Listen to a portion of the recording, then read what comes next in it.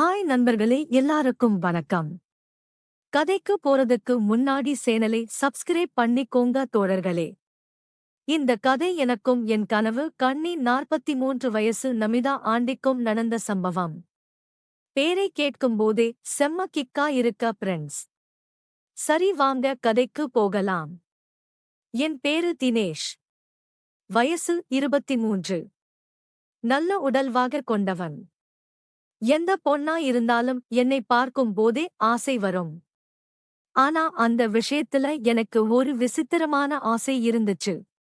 என் ஆசை எல்லாம் ஒரு 40 வயசுக்கு மேல பார்த்த உடனே கிக் ஏறற மாதிரி ஒரு ஆண்டி வேணும்னு தோணுச்சு.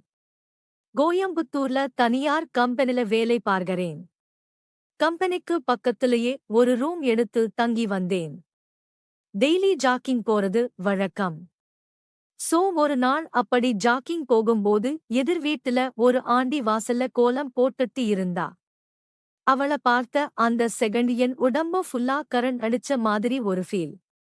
நான் ஆண்டிதான் வேணும் அப்படின்னு நினைச்சுட்டு இருந்தேன். ஆனா அந்த கடவுளே எனக்கு கொழுக்கு முழுக்குன்னு ஐயர் வீட்டு மாமியே கண்ணுல காட்டுனா என் கூட பிறந்த தம்பி என்ன பண்ணுவான் சொல்லுங்க. நான் எப்படி எல்லாம் பொருத்திய பண்ணணும் அப்படின்னு நினைச்சனோ அதைவிட அதிகமாகவே இருந்தா. இப்பவே அவளை பண்ணணும் அப்படிதான் எனக்கு இருந்துச்சு. யாருக்கெல்லாம் ஐயர் வீட்டு மாமிய பிடிக்குமோ அவங்க எல்லாம் ஒரு லைக்க போடுங்க நண்பர்களே. வேலைய ரைட் சைடு கட்டிக்கிட்டு அந்த இடுப்பு தெரிய குனிஞ்சு கோலம் போட்டுக்கிட்டு இருந்தாங்க என் கூட பிறந்த தம்பி. வேற அவங்க வீட்டுக்கு விளையாட போயே ஆகணும்னு டான்ஸ் ஆடணும். எல்லாத்தையும் அடக்கிக்கிட்டு ஜாக்கிங் கிளம்புனேன். இருந்து அவளை பார்க்கவே நேரமா எழுந்து ஜாக்கிங் போவேன்.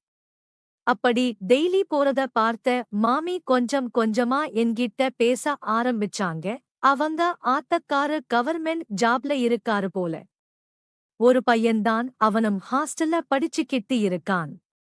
ஒரு நாள் அவங்க கோலம் போடுறப்போ கீழே விழுந்துட்டாங்க. நான் தான் அவங்களை உள்ள தூக்கி போனேன்.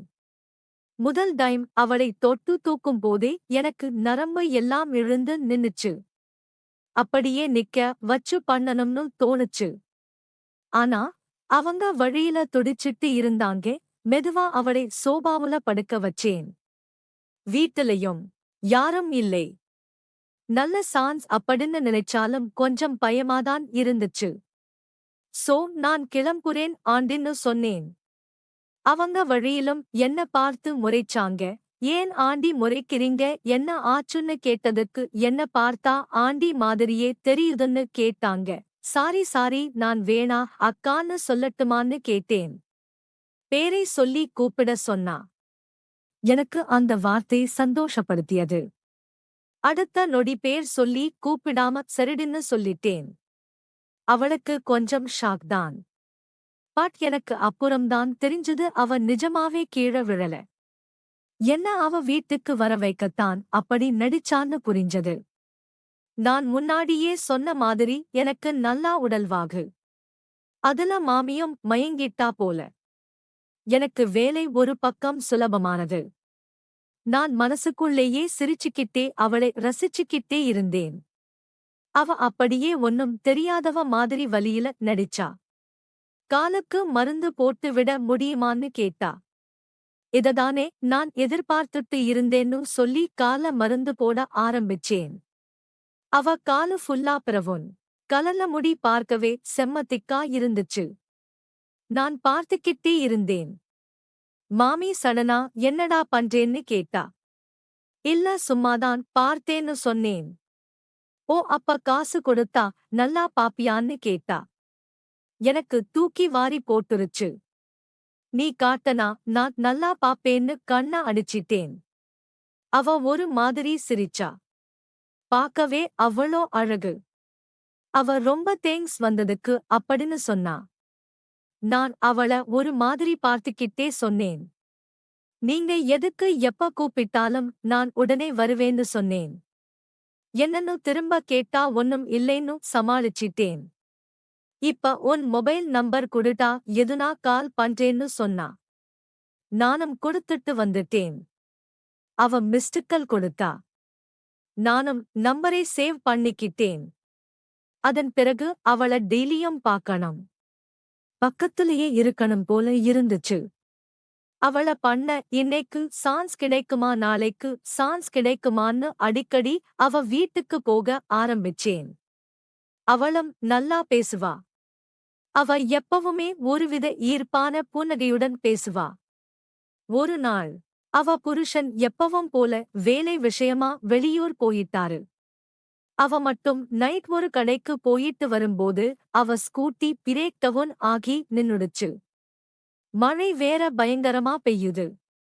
அவ ஃபுல்லா மழையில நினைஞ்சிட்டா போல. அப்போ எனக்கு கால் பண்ணி அவளுடைய காரை எடுத்துட்டு வர சொன்னான். நானும் போனேன்.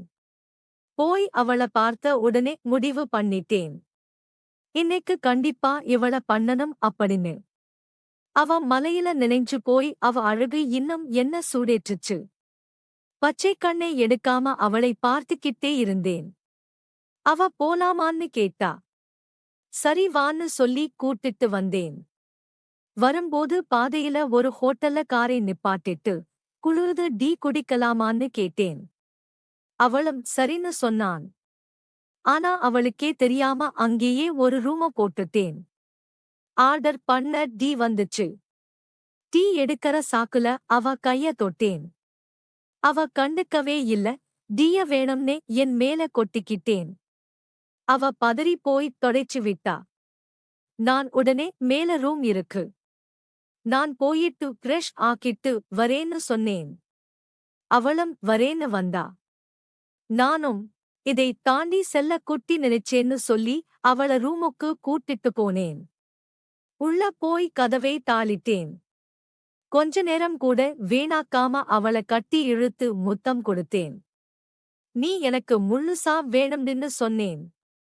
விடுடான்னு தள்ளிவிட்டாலும் 5 மினிட்ஸ்ல அவளும் இதுல உறிஞ்ச ஆரம்பிச்சட்டா. மழை வேற 2 பேருக்கும் பயங்கரமான வெறியேற்ற ஆரம்பிச்சிருச்சு. ஒரு அரை மணி நேரம் ஓடலுக்கு பிறகு என்ன உனக்கு பிடிச்சிருக்கான்னு கேட்டேன். பிடிக்காமதான் இவ்வளவு தூரம் உன் கூட தனியா வந்திருக்கேனா அப்படின்னு சொன்னான். எனக்கு இன்னும் கிழுகிழுப்பை ஏற்படுத்தியது.